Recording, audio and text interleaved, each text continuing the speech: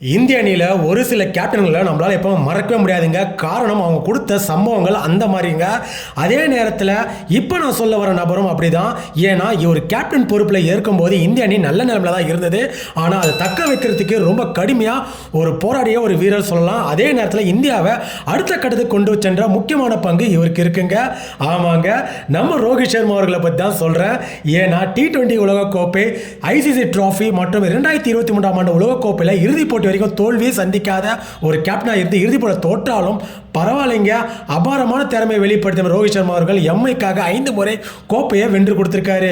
அது மட்டும் இல்லாமல் அவரோட பங்களிப்பு அபாரமாக இந்திய அணிக்காக இருந்திருக்கு. தொடக்க ஆட்டக்காரரான நங்குரம் போல நின்று அதிரடி காட்டக்கூடிய நம்ம ரோஹித் சர்மா அவர்கள் இன்றோட பார்த்தீங்கன்னா நம்ம கிரிக்கெட் பயணத்தில் 18 ஆண்டுகள் நிறைவடைஞ்சிருக்குங்க. சந்தோஷமாக உறக்கமாக ஒரு பதிவிட்டிருக்கார் ரோஹித் சர்மா அவர்கள்.